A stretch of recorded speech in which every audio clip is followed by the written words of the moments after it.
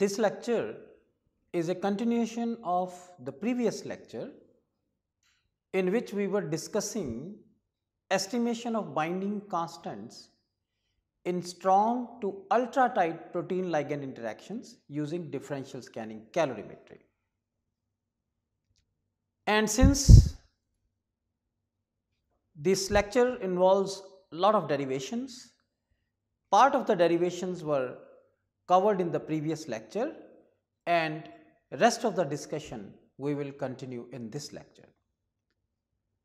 So, just as a recap to what we did in the previous lecture was that we discussed that the optical methods or isothermal titration calorimetric methods are very good in a certain range for the determination of binding constants. And when it comes to determination of the binding constants of the order of 10 raised to the power 20, 10 raised to the power 30, 10 raised to the power 40 or even higher, then those methods cannot be applied. Differential scanning calorimetry offers a very good mode for the estimation of the binding constants in this high range associated with the binding of ligands with the biological macromolecules. With this background, we started discussing 1:1 binding mode interaction and developed certain equations. Now, let us take a look at the slides. So, what we discussed was that we should thermally unfold a protein and as well as thermally unfold protein ligand complex by the use of differential scanning calorimetry and obtain various thermodynamic parameters such as transition midpoint in the absence of ligand, transition temperature in the presence of ligand, total ligand and total protein concentrations that we already know, and we defined that delta Ht and Kt are the parameters for a reaction at temperature T, and prime we used for the unfolded state of the protein.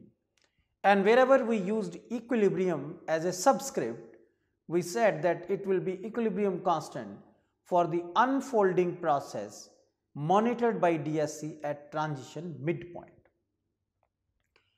Then we went ahead and used the Van 't Hoff equation. One can use any of these two forms to arrive at the final two equations which are mentioned in this slide. And these equations basically connect the K at a certain temperature with the knowledge of K at a reference temperature, or in other words K at temperature T2 with K at temperature T1 with the knowledge of the enthalpy change at that reference temperature and the corresponding heat capacity change along with the temperatures T2 and temperatures T1. These we discussed in the previous lecture. Then we started with the binding stoichiometry for a single unfolding transitions and introduced these equations along with the expressions for their equilibrium constant and parameters set, and we arrived at these two equations for K equilibrium at a given temperature T and K equilibrium at Tm, which is equal to 1, and then finally we also came up with an equation which is for KLTM, and that KLTM, that is the binding constant that we are interested in, because KLTM can further be connected to KL at any temperature T. Now let us discuss further. Since we know KT0 is equal to 1 Why KT0 is equal to 1? Because T0 is the transition midpoint, and if the unfolding is two-state, then the value of K at the transition midpoint is equal to 1. That we have discussed several times. Now, when we choose T0 as the reference temperature, please listen to this carefully. If we choose T0 as the reference temperature and substitute this KT0 equal to 1 in one of those two equations which we just discussed, the equations which connect KT2 with KT1. Now, here KT1 will be KT0 and that we will substitute equal to 1. So, what we will get? KLTM is equal to this expression. This is by using one of those two equations. Let me just go back and highlight that. By using one of these two equations and also by using this equation, what we arrive at is KLTM is equal to exponential of minus delta H naught at T0 by R into 1 by Tm minus 1 by T0. Tm is the transition midpoint in the presence of ligand. T0 is the transition midpoint in the absence of ligand. Delta Cp0 is the change in heat capacity, and this concentration of L at Tm is the concentration of the ligand at the transition midpoint. Now, here we are talking about the binding which is very strong. The binding constants which are of the order of, let us say, 10 raised to the power 20 to 10 raised to the power 30 to 10 raised to the power 40. That means the binding is relatively strong. If the binding is strong, obviously the transition temperature of thermal unfolding in presence of ligand and associated bindings will also be high.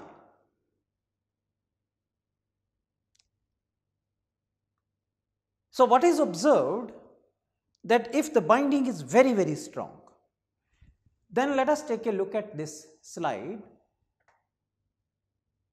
This entire quantity within this bracket is much higher than 1. So, 1 can be easily ignored because exponential of this factor is going to be much higher than -1.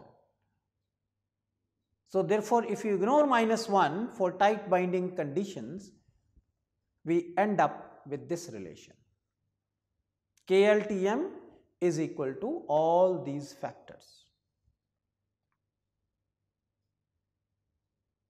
Now, let us move ahead.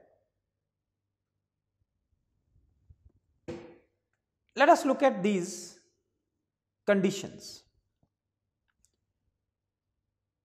According to these conditions,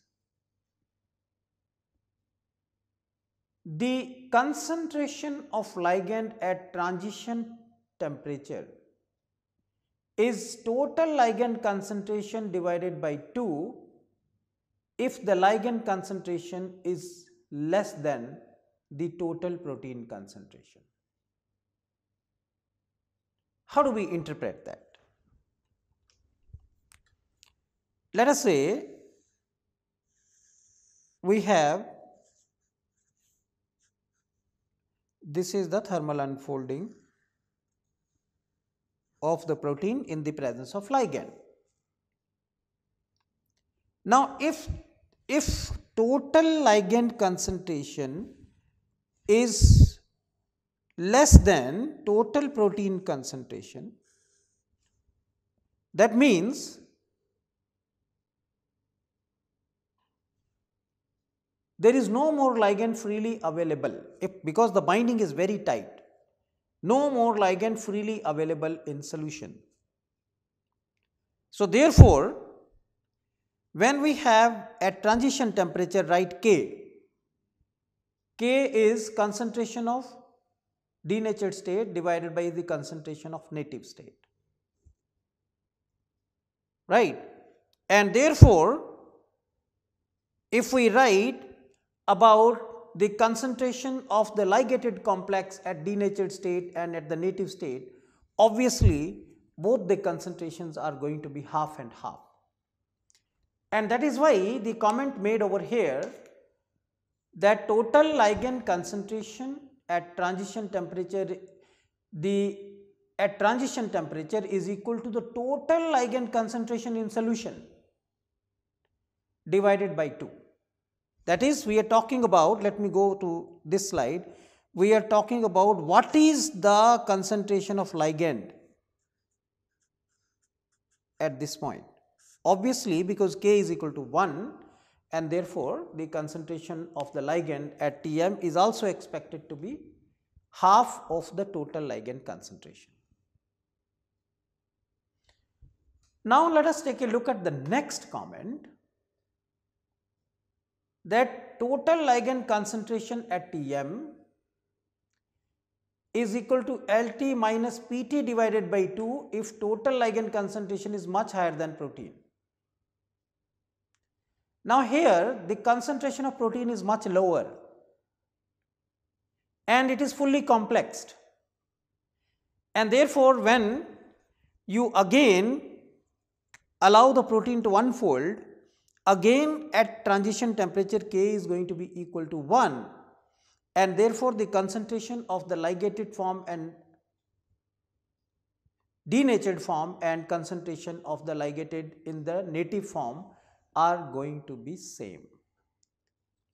And since here the protein is in small amount, it is fully complex, the total ligand concentration is going to be total ligand concentration at transition point. Let us take a look in the slide, is going to be total ligand concentration in solution minus total protein concentration in solution divided by 2 if Lt is greater than or equal to Pt. I repeat, the ligand concentration at transition midpoint is Lt by 2, Lt is the total ligand concentration in solution. If Lt is less than or equal to Pt,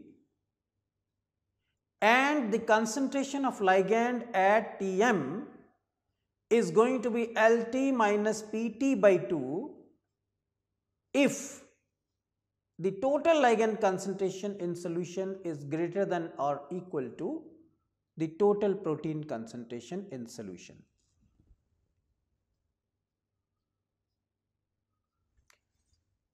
Now,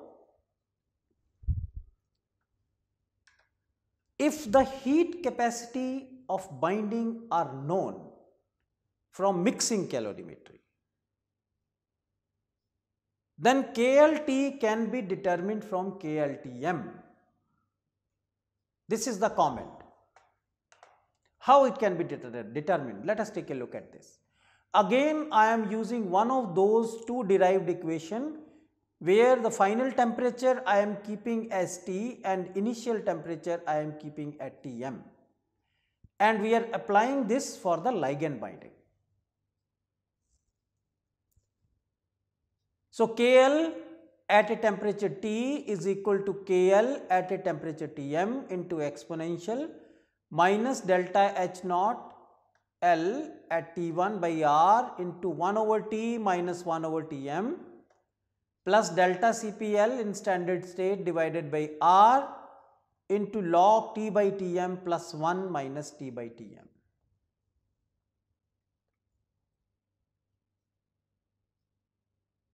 Now the question is, for this we need to know the enthalpy of binding and heat capacity of binding. And if these two quantities are known from mixing calorimetry. Suppose if we do not have the instruments which give both the K and delta H very accurately, but we have an instrument like ITC can give you very correctly the value of enthalpy of ligand binding even if the binding is very strong. So, if we can determine delta HL from there, from mixing calorimetry, and delta Cp obviously can be obtained if you determine the temperature dependence of delta HL, then we can fix over here. But suppose if mixing calorimetry is not available, we do not have an ITC and we have only a DSC, then how do we get? Let us take a look at the equation. If the mixing calorimetry is not available, then heat of binding may sometimes be determined from DSC, and how we get? Delta H, this is what we are interested in, delta, either we say EXP or we can write HL, no problem. This is equal to the written equation. How it is? Let me explain that.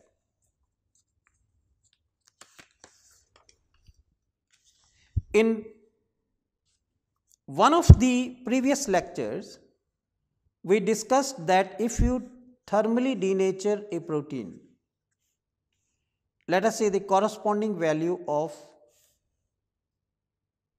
the delta H is delta H1, and if I take PL and we form it P prime plus L, then I say delta H2.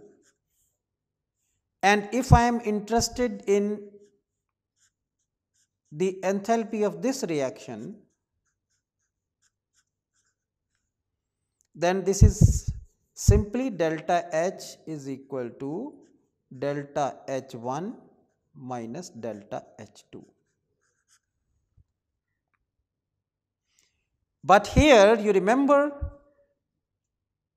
that we have to multiply by the fraction of the protein which is in the denatured state, or fraction of the protein which is ligated. If we are assuming that completely denatured, completely ligated, then we put 1 over here, otherwise it has to be accounted for. Now, for this, I can write delta H at temperature whatever it is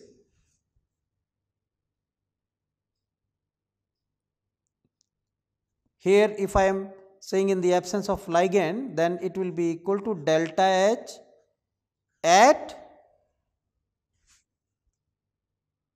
another temperature, or let me put this as T1, that will be easier. If I put T1, this will be delta H at T0 plus delta Cp into T1 minus T0. So, at any temperature, we can connect it, the enthalpy, with the reference temperature and delta Cp. Now, let us go back to the slide and take a look at. This is what is done in this part. Just take a look at delta H T0 plus delta Cp into Tm minus T0. This is delta H1. And for the ligand binding part, when we talk about the unfolding of the ligand bound protein, then the fraction of the protein which is ligated is KL into concentration of L plus divided by 1 plus KL into concentration of L multiplied by the enthalpy of ligand binding. Let me go back to this slide. I was saying that we need to put fraction over here and fraction over here, and here we are assuming that the protein is completely unfolded, and here we need to put the protein, the unfolding of the protein, the fraction which is ligated. How do we get that?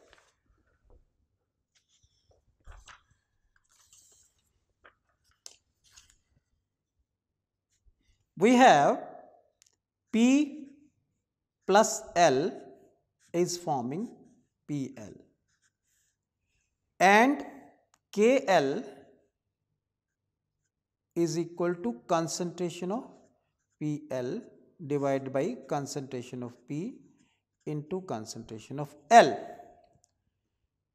How do we calculate the fraction of the protein which is ligated? If I represent that as FPL, this will be PL divided by concentration of P plus concentration of PL. Because this is the concentration of protein which is ligated, this is the total concentration of protein whether it is in free form or in the ligated form.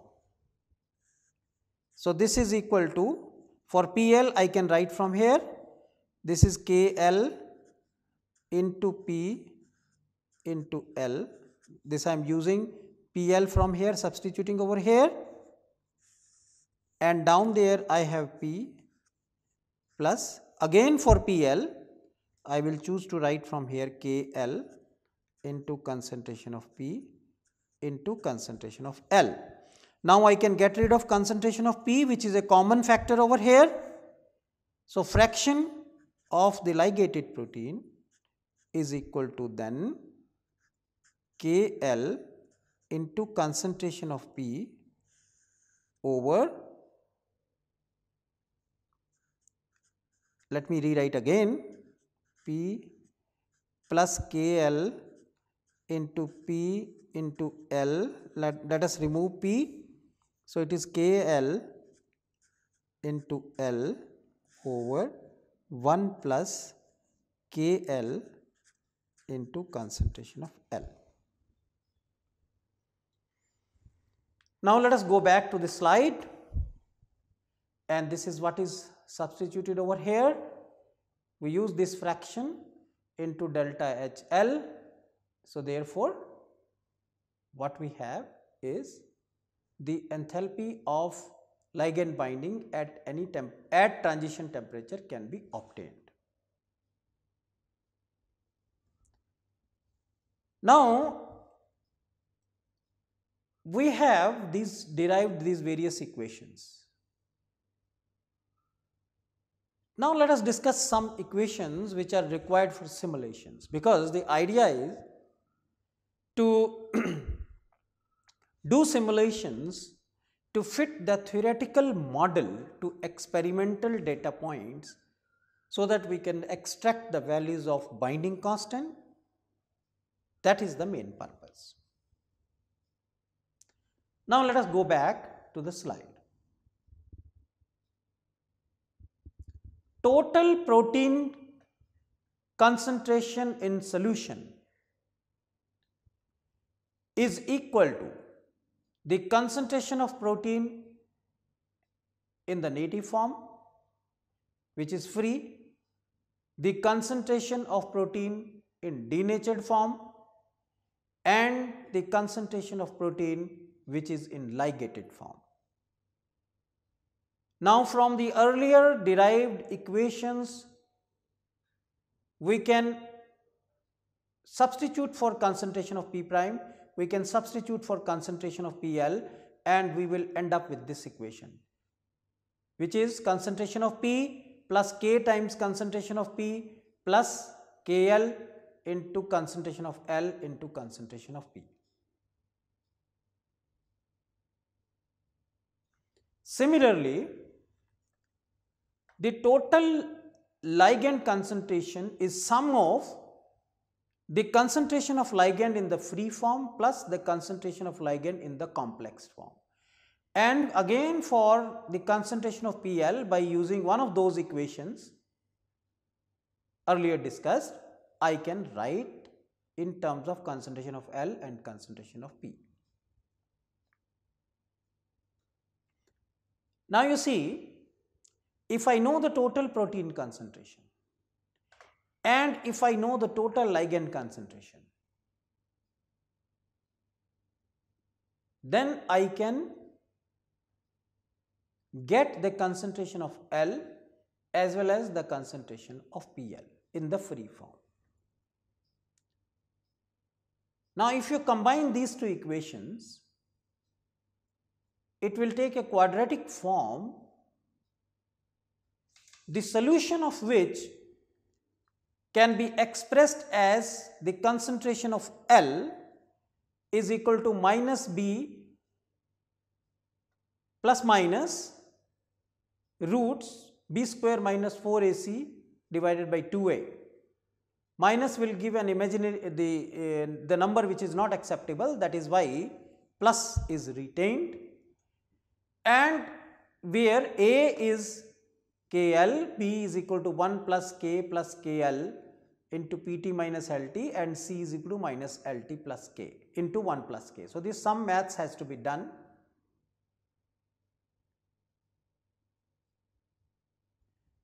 Therefore, after doing this, what we have the input parameters from the DSC: transition temperature in the absence of ligand, delta H in the absence of ligand, delta Cp, KL T0, delta HL T0, delta CPL, PT and LT. The concentration of P is expressed in this form, and the concentration of PL is equal to KL into P into L, and KT is given by this equation. These equations we have earlier discussed, and going a step ahead by using one of those two equations which I discussed in the beginning, I can write KLT is equal to KL T0 into exponential all these terms, regarding which I have already discussed how to get this.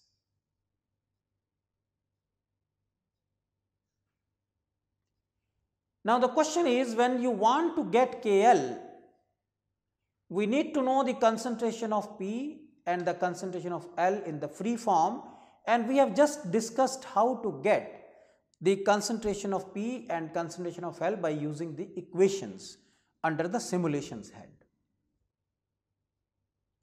So, therefore, when you talk about the excess enthalpy relative to P0, we just discussed some time ago how to express the enthalpy.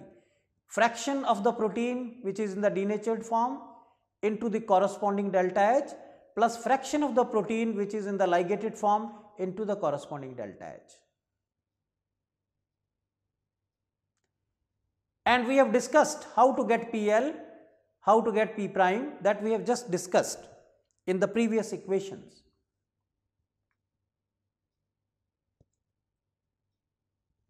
If we can have an expression for excess enthalpy, we can also convert it to excess heat capacity by its differentiation.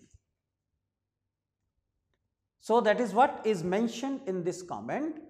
The DSC parameter Cpx, which is excess heat capacity, may be obtained from Hxt by numerical differentiation over small temperature intervals. So, what is done is,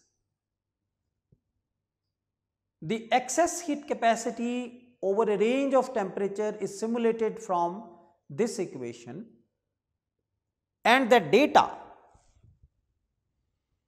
is experimental data is subjected to a fit by this derived equations, and for whatever the value of KL, the fitting is excellent, that KL value is assumed to be the best estimated value of the binding constant. And that is what is written in the next comment. The value of binding constant is estimated where the simulated curve fits the experimental data points. Although the equations appear to be a little bit complex equations, but these are very easy to derive. The level of complexity increases when the binding mode changes from 1:1 to 1:2 or higher, or if there is, instead of one thermal transition, there are more thermal transitions. But nevertheless, appropriate modeling can be done, and for whatever the system is, it is possible to derive the value of binding constants associated with the protein ligand complexation by the use of differential scanning calorimetry. So, by now we have discussed the determination of the affinity constant or binding constants from a very low value to a very high value. And we also discussed that what range of the values of binding constants are suitable to be determined by isothermal titration calorimetry, and if the values of binding constants are very high to be determined accurately by ITC, one can go to differential scanning calorimetry and estimate the values of the binding constants associated with ultra-tight binding processes. For further information on this topic, I refer you to the article published in Biochemistry in the year 1990, volume 29, page 6927 to 6940. Thank you very much.